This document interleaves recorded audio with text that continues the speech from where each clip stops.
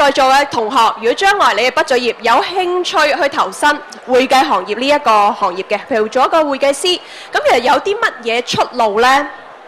因為其實你會睇到咧，就話除咗咧喺傳統嘅叫做會計師樓，我哋會見到啦，會計師樓咧一啲 accounting firms 會請一啲嘅 audit trainee 或者係 tax 嘅 trainee 啦，稅務方面或者係審計核數方面嘅一啲嘅trainee position 之外咧，原來咧喺其他嘅行業咧都有請會計方面嘅人才嘅，譬如就算一啲公營機構啦、政府部門啦、稅務署啊、庫務局啊等等咧，其實每一個政府部門咧都有請會計相關嘅即係專業人士。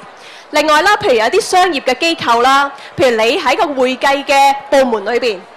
其實每一間公司都要㗎，係嘛？即係每一間公司無論你做finance 嗰方面啦，或者係做 consumer goods 啊等等咧，全日每一個行業咧，嗰個公司裏邊咧一定有會計呢個部門嘅。咁其實會計方面嘅人才嘅需求咧，其實永遠都會有嘅，無論係嗰個即係喺個經濟好或者唔好嘅時候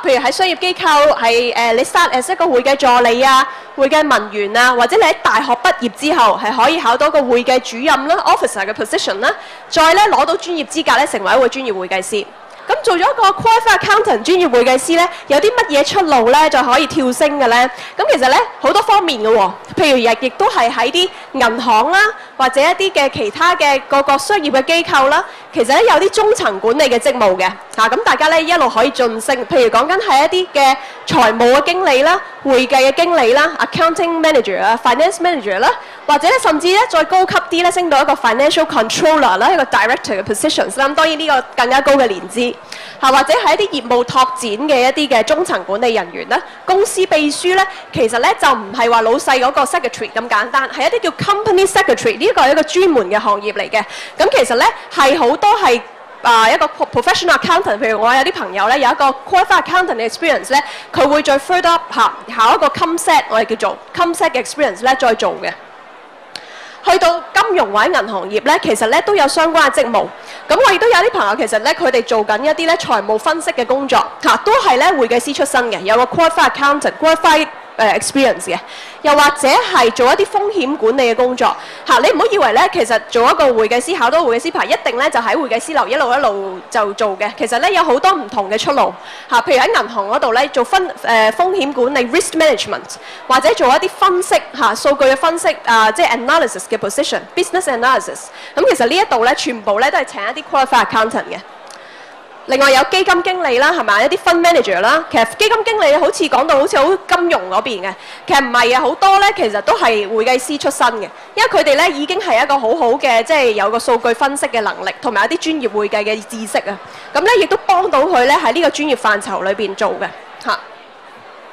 咁好啦，會計師事務所當然啦，其實咧你可以第一步咧去投考咧會計師事務所嘅一啲審計或者係稅務嘅職務，而去到中層嘅時候咧有機會抱升到咧一個經理、審計稅務經理，甚至咧將來成為一個 partner 合夥人嘅咁咧頭先提過嘅，基本上咧你哋係喺公營嘅機構，亦都有好多個 opportunities 嘅，譬如係 ICAC 啦、廉政公署啦、商業罪案調查科啦，全部都係請 qualified accountant 嘅咁另外咧就係即係其他嘅一啲公營機構等等。咁咧其實咧而家今時今日啦，我哋話會計師咧擔當嘅角色咧好多功能嘅，就唔係單單咧淨係數字嗰方面，唔係淨係計數叻，